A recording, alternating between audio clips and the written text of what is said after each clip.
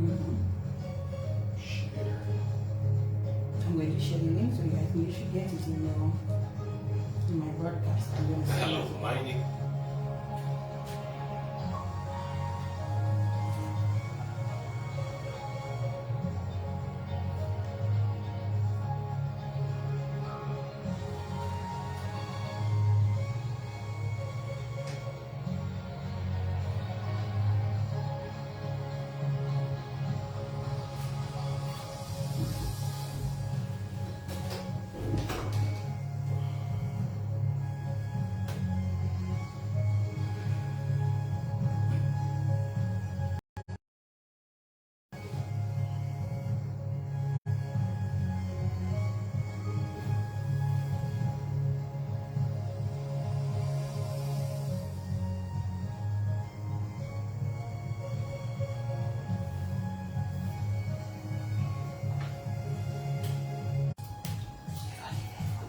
Can only do it cool.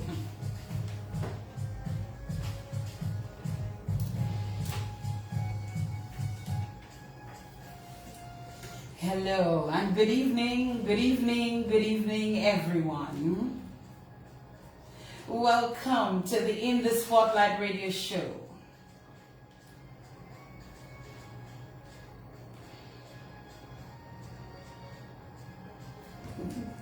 I just had to watch my phone to get a reminder of what the date is of today. It is Monday, the 28th day of March in the year 2022.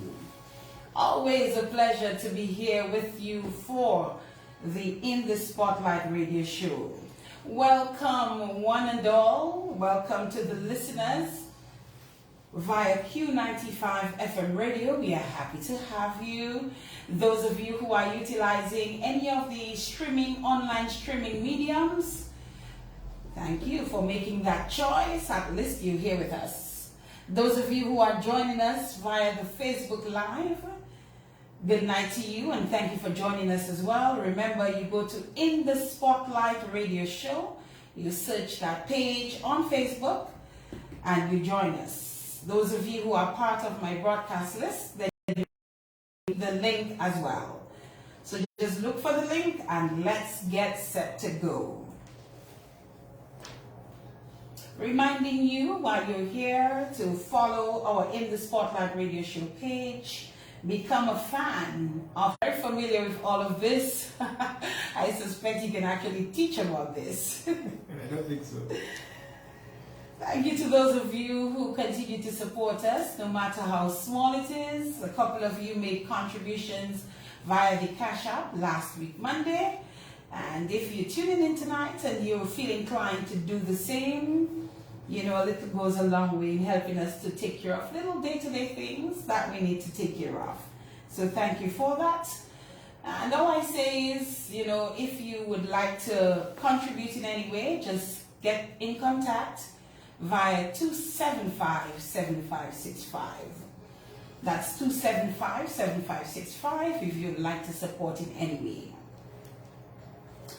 Let us acknowledge Josephine Gabriel and Company Limited. They are the agents for Twapito Water. And we've got our Twapito Water tonight. Thank you, Josephine Gabriel and Company Limited. We thank Q95 FM for allowing us to be here on a Monday night. Thank you, Mr. Gregoire Showin, who is always here providing technical support, making sure everything is okay. We thank you for your support. We thank GK, Jordan Jerome, for always assisting us with placing the logo on our to make sure we are branded when we send out our videos. So thank you, GK. Your support is always appreciated. Akim Lowe, who is responsible for our flyers. Thank you, Akim. Dominican News Online always uploads our Spotlight radio show, whether it be simply by coming on to listen or to view. We appreciate you every time, all the time. It is the birthday today of Lady Ophelia Marie, a former guest of our program, Dominica's Lady of Song, La Grande Dame.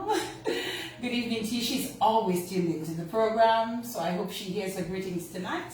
And to know that I love you, Dominica loves you, Lady O, and thank you for the support and the encouragement and the suggestions and the feedback that you give sometimes after programs. Greatly appreciated.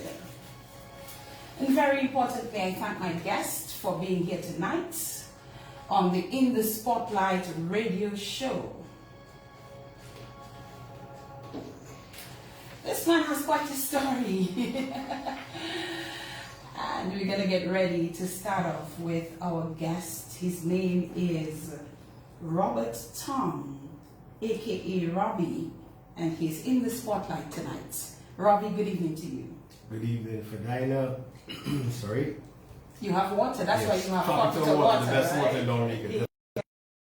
Good evening to all the listeners, to the fans of In the Spotlight, to the listeners of Q95, to your supporters. It's a pleasure to be here this evening. I always say whatever you say and do on social media. Robbie, some of my friends actually call me Crashington because I've actually crashed many times. I guess we can touch on that. I was born in the nature island of Dominica. I am the son of Kristen Valentine Tonge. I have 3 siblings, Kimani, Valerie, and Bill. I have 6 children. 6 amazing children. Yes. I am married to a warm-hearted and kind lady called Dr. Gilda Esty Tonge. She is indeed. You know, and my children are Nicole, Brandon, Maria Lisa, Jaden, Quentin, and my little champion, Ryan. All right. So with these few words, as I said, I am a father, I'm a son, I'm a brother, I'm an uncle, I am a dad, and I'm an entrepreneur, and I must say I feel truly blessed. You are many, many, many things, Robbie. 8:15 is the time in the studios. I'm seeing that we just have a little trying to connect thing going on there, so I'm monitoring that. And if it means we just have to switch Wi-Fi's, then we'll do that. So let me just monitor what's going on here, but then we're going to continue all the same unless it persists. Now Robbie, we were scheduled for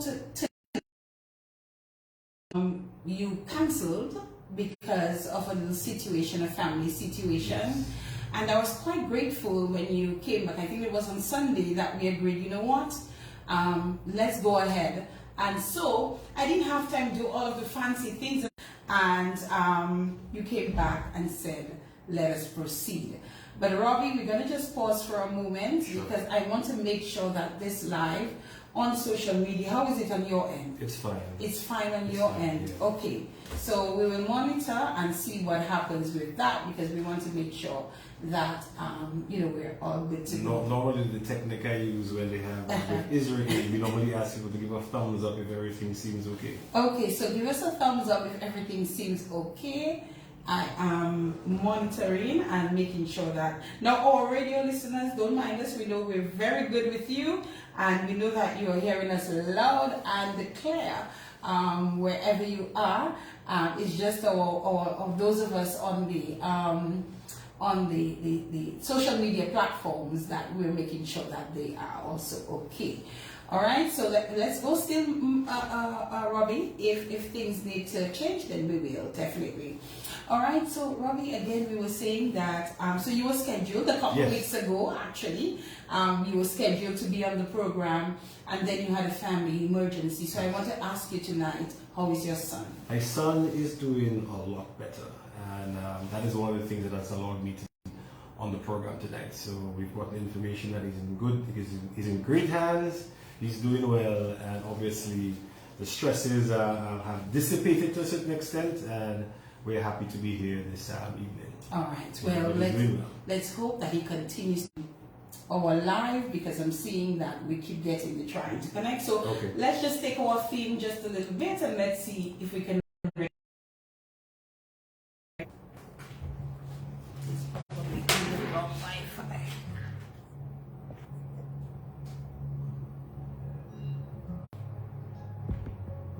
A bit sketchy, right? And there's a delay because now I'm seeing myself talking. Oh, I think that always happens for whatever reason. I'm not sure. There should be a delay, but it's like an extended delay. It's an extended delay. Okay. Because So this is I guess right through Q system, the other one. yeah, it's like a very small. Okay, because it's on the right Wi-Fi, so.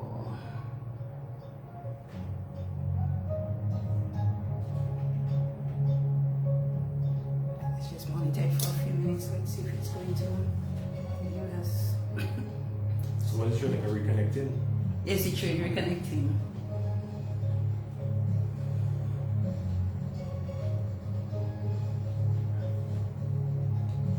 Okay, so far.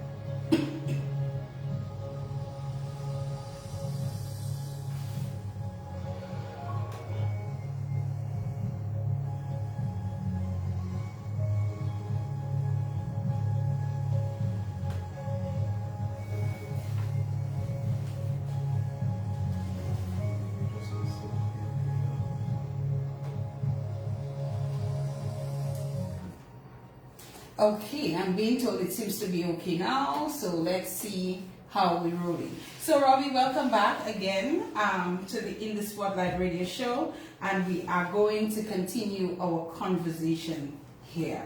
So thank you for sharing with us about your family, and it's really nice to hear you speak so warmly about your wife and your children, and I know along the way we will also hear a bit about your mom and your dad, because we really enjoy hearing about the family heritage, you know, and all of that good stuff. So you've lived all of your life?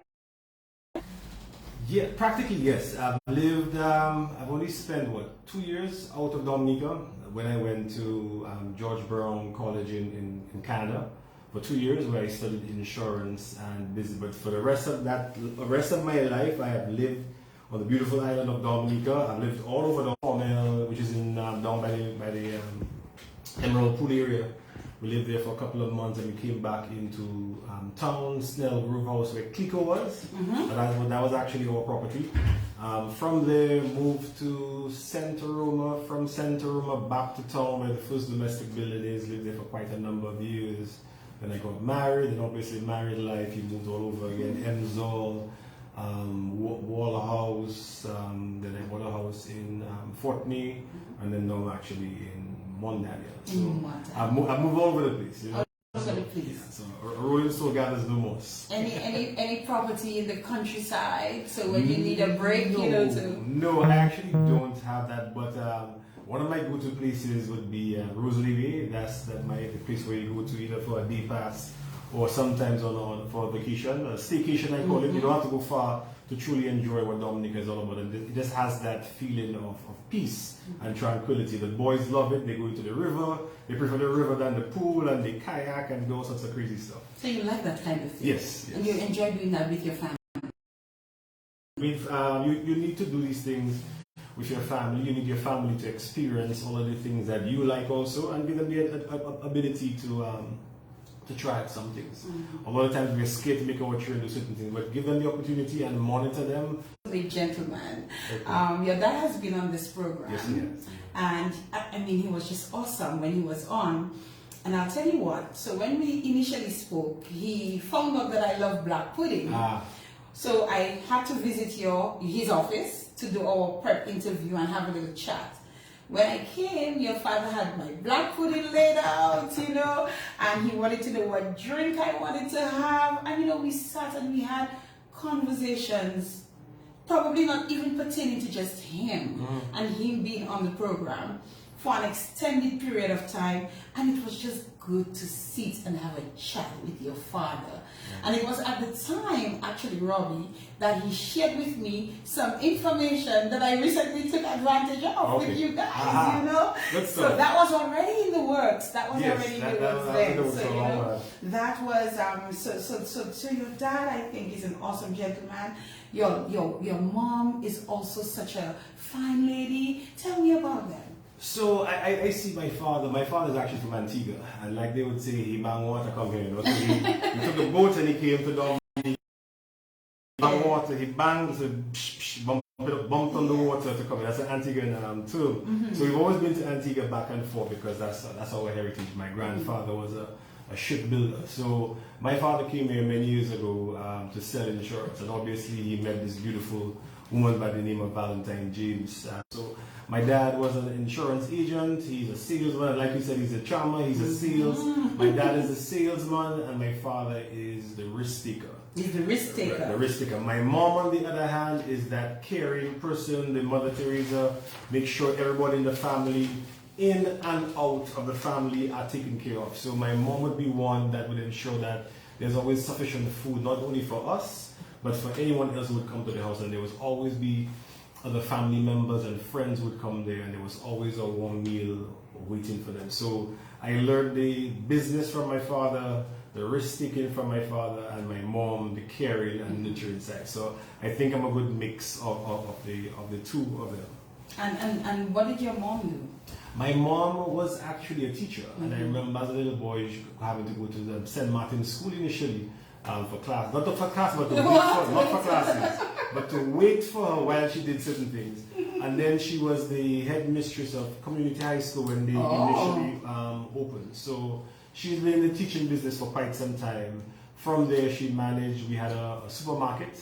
Tonge Incorporated, she managed that. So again, that was where I got to know a lot of people, because they would always say, boy, your mom is so nice and caring. When things were hard and tight and whatever, my mom would always assist them without making them feel in any way inferior or something of the sort. So I learned all of these things from my mom and my father. So I think I have a very good balance. Your mother, would she be the one, if there is a situation where somebody has to be that voice that says, hey, hopefully make the right decision. That's one thing about my parents.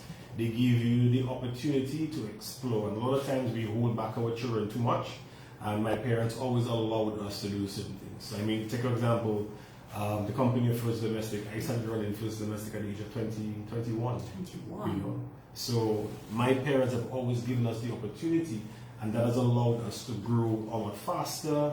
Life is about making mistakes. You will make mistakes. You just try to learn from them and move forward. Where's your brother Kim? Kimani lived in Antigua, but Kim is actually in Dominica right now with us for now. So he is helping my dad at Tonge Refrigeration to do the air conditioned units and stuff like that. My sister Valerie is also in the business. So Valerie runs Cookies Pizza. So if you want your delicious pizzas, you go to Cookies. If you want your rotis, Valerie's there. So I have Kimani, my brother Burl, who lives in the US. Okay. He's on my father's side, but I always like to say that there's no such thing as a half brother. I agree. He's my brother, but he does not live in Dominica. He does not live here in Dominica. So two brothers and one sister, and they practically all of them are here. And every generational wealth and doing the right things for your family. So everybody is in the business right now, and hopefully we can continue moving forward from there and go from generation to generation. And I actually talk about it in terms of when I was small, I used to hate these kind of things, but now I see the foresight in some of these things. You understand why you were given certain responsibilities and certain things to do that you probably screw up your nose about. What? For that, I mean, I worked more than a lot of people, and every vacation, summer holidays, I didn't really have summer holidays. I would have to go and work at a supermarket, so I was there doing all sorts of stuff. From every single thing that could have been done, I had to learn and go through the ranks into doing that. Bagging flour, back in the day, so bag flour, you had a paper bag, you had to push it this way. I remember the finger movements, that type of stuff. Cashing. Receiving people's bags and giving them their number, doing mobile sales, packing shelves, and just name it. I've done every single thing, so that I always see gave me a particular advantage. That's interesting, Robbie, because somebody would think, your parents have all of these businesses and at the time. I don't know what it is now, but you would be expected to probably be having fun, going traveling, you know, just enjoying your summers and your holidays. But that was not the case. No, and I'll explain a lot of that later because that it is a process. This family started off.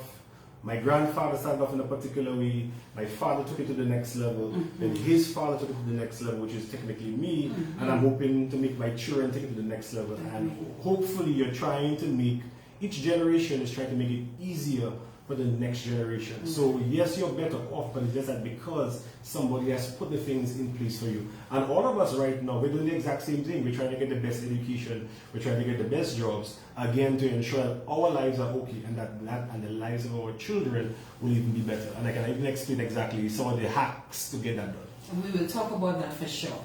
As we're on family, let us talk about married life. And you mentioned your children earlier on. You mentioned being married to Gilda, Dr. Gilda Nesty, yes, whom I know to be a real beautiful soul. The person that I know her, so Dr. Nesty, or your wife. My wife, Gilda Yes. Nesty. Gilda Nesty is an amazing person. She clearly is one that is very family oriented.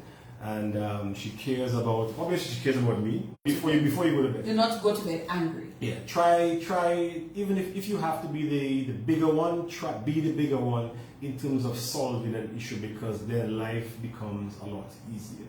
You know, so Gilda's a person that takes care of the family, makes sure everything is okay. She's a doctor, so I think when it comes to COVID, I have to make sure I wash my hands properly and do all these things. Sometimes I think she's bothering me, but at the same time, in retrospect, you realize, hey, we're trying to make sure that we take care of our family. And I consider myself to be successful, but also having a great partner is very important. So they always say every successful man has a... Behind every successful man is a strong woman. I don't like to hear that terminology about the behind.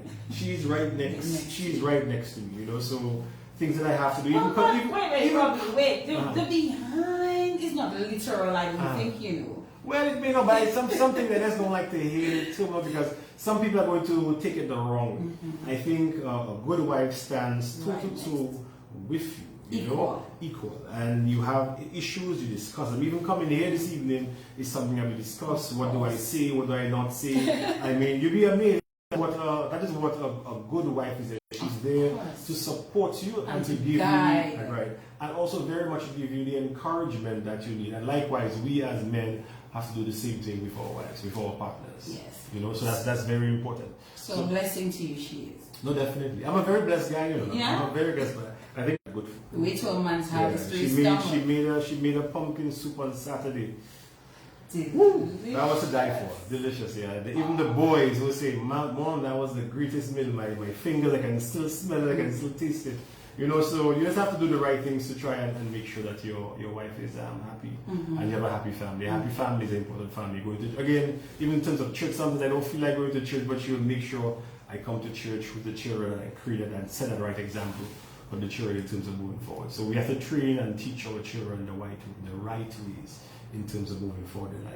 And that is very important. And as you spoke about her being such a good cook, a lot of times, you know, people believe that people like Dr. Gilda Nesty, people like myself, you know, professional women, that probably that's all we can do. That we can't cook and we can't do some of, you know that, Robbie. No, very true. No, very true. And you'd be surprised, you know, I'm a very good cook, you know, and look, you're saying your wife is a very good cook, and I've had women come here, you know, share similar stories. Yeah, and I mean, one of the things is that, I mean, sometimes she's very busy. So obviously on a Saturday, it makes it very difficult, right?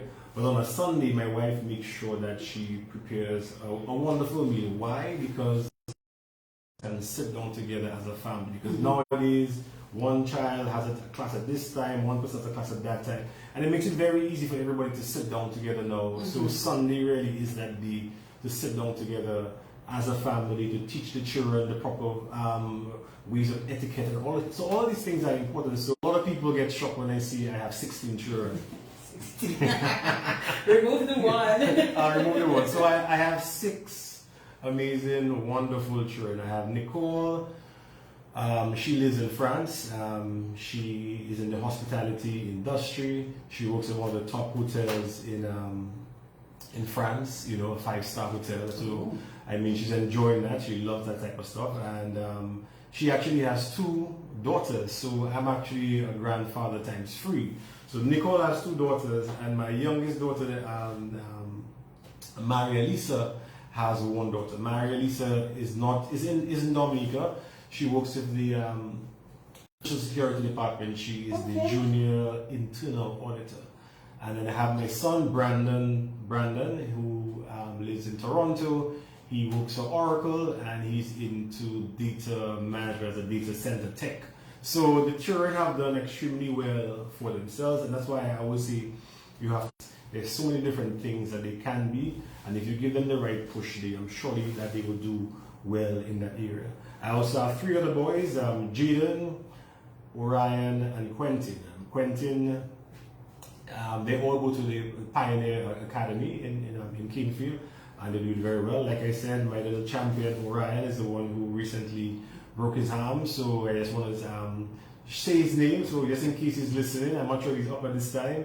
And to also all the persons who are taking care of him and who took care of him and made sure he was okay. And to Shuma, and again, it's only so far going to be a lot of women. Auntie Shuma, Auntie Ella, Auntie Yasmin, Auntie Jean Joseph, and Auntie DeAndrea Joseph. All of them have done a fantastic job. I also want to thank all of the doctors and nurses who took care of him whilst he was at the hospital. You know, all of these things are very important. That sometimes you're moving so quickly, you'll get the opportunity to tell them thank you, but I want to say thank you to everybody for taking care of your little one. Because when you see them in pain, it hurts you not just in your heart, but all over your body. Mm-hmm. And as we wrap up this segment, Robbie, there are some, little lessons or thoughts that you want to share. Well, what I would say is that the recent episode of my son falling, it makes you realize that you have to appreciate the small things in life. You have to appreciate the big things in life, and I think some of the big keep you in the right frame of mind. You know, so I just want us to appreciate our friends and families a little more than we traditionally do. We have a situation. We normally don't tell people thank you. I wouldn't say we don't tell them thank you, but we don't really give them the flowers when they truly deserve them. So I just want us to do that a little bit more. Let's just cherish our family and friends, and life will be a lot easier. I think that's really some good words to share with the audience, and clearly it's something that you are inculcating in yourself and your own family. Definitely. And just sharing that with us, I think, is important. Earlier on in the program, Robbie, you spoke about being called crashing tongue. I know, having heard about situations where you've been in some really serious accidents, near death, in some instances. Let's talk about that. I don't think many people know many of those situations, but maybe those within your circle and around, probably know. But I think many people know, because I don't know I don't know much of it. I just remember just 1 or 2. The good thing is that back then there wasn't much social media. So I guess if there was social media, back then life would be very different. And that's why I say, even for me, I appreciate what my parents have done. For me, I realize, I have put my parents under a tremendous amount of pressure. So my son has done that to me. I wouldn't say he has done it, but it has occurred once. But when I think back of myself and the stories that my parents have given me as a little boy, you'd see everybody partying, and I would be the only one that would just jump in the pool as a toddler. And you're under the water, nobody can see you, and then somebody has to jump in the pool and pull you. So that was one instance. I remember almost drowning at Castleworth River. I can't remember what happened. I remember another time going to, I surf, right? So I went to big waves. Whenever you see a wave breaking on the west coast, right? In Roseau, by the Deepwater Harbor, these areas, it is 3 or 4 times bigger at Lai River, because the sand pushes out and the waves jump up, right? So I went down there once, and there were like 10-foot waves, and I said, boy, that's good stuff. So I went out, A wave held me under the water, man. And let me tell you, it's black and you're tumbling, you're figuring. I ran out of air and I said, you know something, I'm gonna die. So I just said, I'm just gonna breathe. Luckily, I was basically at the top of the water. I actually lost one of my rings of mine. That's the pressure the body was under. The board broke in half. So that was it for sports. In terms of cars, I've had quite a number of accidents. I remember vaguely going up. Lord Jesus. But I actually had 40 something stitches on my face, right? All under my eye. I even still have a piece of glass right here. I still have a piece of glass in my cheek right here. Motorcycles, then I started riding motorcycles, which I knew was a huge risk. And I always said to myself, before you get to the motorcycles part, is it that you were a fast driver? Did you like to speed? Yeah. I drove fast. You drove Not fast? only I drove fast, but I would push the envelope. I see. So I would go a little faster than the car maybe could go. Did you have the type of cars that would allow you? Did you like the type of cars that Actually, would allow back then we didn't really have much high performance cars. Maybe later down in life, I had a high performance car. The great thing about that, I never had an accident in the high performance car. So I had a Mitsubishi Evolution. They come with about 200. Was it a blue? It was blue, and then I sprayed it yellow and black. Okay. And 40 horsepower. That car, 280. I upgraded turbos and all kinds of stuff, so I had it at 380. The goal was 400 horsepower, so I was short by 20. As a result of the accident, we were both on both bikes. I hit on one side, he hit on the other side, and I actually flew 90 feet. I broke my collarbone, I broke 2 ribs, and some other stuff. But like I said, I have been extremely lucky. People have always said God has a plan for me, but I think God has a plan for all of us. But I've just been extremely lucky, and so far I've pulled out on that. And I told you I was going to ask you, do you still ride? Yeah, I told you I do ride, but I can't explain the type of ride. But I've ridden horses, so I would ride a horse. But if a friend gave me a motorcycle and said, hey, let's take a little Sunday ride, I would more than likely do it, but I'd prefer that it's maybe more organized, and that type of stuff. Do you currently own? So you do not want the temptation? Let me tell you, a bike is a wonderful thing. I mean, I don't have hair anymore. Back in the day, the wind blowing through your hair, you could go down to Portsmouth in 15. But there's a huge risk that if you fall, you're going to grease. Luckily for me, you don't see many greases because I always had my jacket, my gloves, my boots as a result of that, and helmet, Yes. So that saved me quite a bit. If I didn't have that, I would have a ton of scars on my body from dragging on the ground. And you are the bumper, so it's when you have that impact, it can be really it can be fatal, So I do encourage all riders to use the appropriate gear. You see guys riding the slippers and stuff like that. At some point you're gonna lose a toe or whatever, So let's be very careful. Be very careful. Be very, very careful. The lessons from this story. The lessons from that, boy. So even like me, like right now, I have to think, look at my kids, look at my boys. They're little daredevils themselves. Do I tell them stop riding?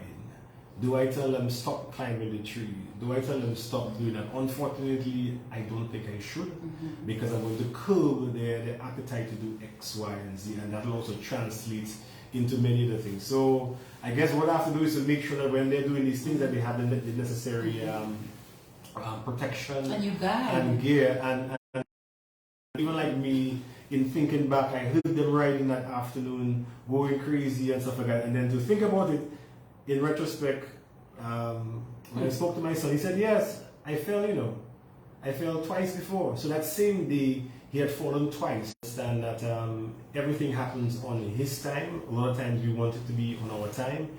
He also gives us a lot of messages, and we have to be willing to listen to what he's saying to us. He sends us signals. Like the person that was stranded at sea, and they sent one boat. The person didn't like that boat. They sent another boat. They sent another boat. Eventually, the person drowned. And when he went to heaven, he asked God, "But how come you didn't send a boat for me?" He said, "But I sent you 3 boats." But it says that we're not listening properly. So sometimes you have to listen and take the necessary action to protect yourself and to also protect your family. Not to dwell on it too much, Robbie, because you've you are here still, but you also had a situation where you had an accident close to the port. Yeah, And there was some. Simone Tonge. So every Sunday as a young maybe 18, 19, I'd have to bring chicken down for you. So I remember racing back down, but there was some extra chicken left in the bus. And at the Coast Guard base, the bus, I hit the curb, the bus flipped over, and there was chicken all spattered on the road. And I'm sitting down there, nobody knows who it is, and people saying, boy, that person finished this time, because there's meat all over the ground, so people thought it was somebody that had gotten smashed or something of the sort. But just to tell you, I am not the only one, because even the other day I was speaking to my father. I'm not the only one, because I was speaking to my father, and I was saying, Dad, I'm really sorry for all of the stress that I've given you, because now I truly appreciate what it is, because before it was me giving it to him, now I'm getting it through my sons, And he started saying, that's not a problem. He started laughing. So I asked him, what's wrong? He said, the other day, I remember back in the day, he was coming from Barbados. And as he's driving down Pigwa Bay with the bus driver said to him, look at that, in some special words there, look at that mad guy swimming in Pigwa Bay. Pigwa Bay is a bay that... Right. So my father said, oh my God. By the time my father gets to the bottom of the hill, he tells the driver, stop. So he stops. Don't tell me it was you. No, it wasn't me. It was my brother Kimani surfing. So I'm not the only one. It was your brother. It was my brother. Who the taxi driver was referring as a man. I guess from the issue of taking a risk, I think it is the risk is there are all types of risk, but to me risk is just pushing the envelope a little bit more and liking the thrill. So for my father, it's the thrill of business, of seeing an opportunity, creating a business around it, and trying to execute it and to make it happen. And you have a chance of either making it or you have a chance of losing. So you try to put all of the right things in place. And likewise, you learn to surf and you go in the right places, and you start small and you go to bigger and bigger and bigger waves. So Robbie, a cat has 9 lives. How many did you have? Or how many do you have? I think you passed the I'm not sure. time. What I would say is that I have used sufficient at this point in time, maybe 6 of them, but I'm not a cat, so I'm not sure at what point it will stop. So I have definitely stopped, and I'm trying to make sure that I do the right things. At the same time, I'm older, and when you get older, you tend to get a little bit wiser, because what people don't understand too, that when you're down, there are many things that you can't do. If you're a self-employed person and you have a motorcycle and you have an accident, it means you're making no money at that point in time. If you have a business, if you don't have proper management structures in place, your business can go down. God saved you? Definitely. Many times. Many times. And we have to believe in God. He's the ultimate one. And do you think that he believed that you had a greater purpose still, with every situation that he saved you? Well, I of your children, raising them the right way, even maybe getting involved in politics and stuff like that, and helping people as much as I could. All right, Robbie, we're going to take a break. It's 8:51, the time in the studios here at Q95, and I'm still seeing the trying to connect, so I'm going to just cut off the live. So I'm letting you all know in advance. We're just going to cut it and just restart again to get the second half or the continuation of the program. So be on standby to come right back on, those of you who are on the Facebook Live. Keep it locked. We're coming right back.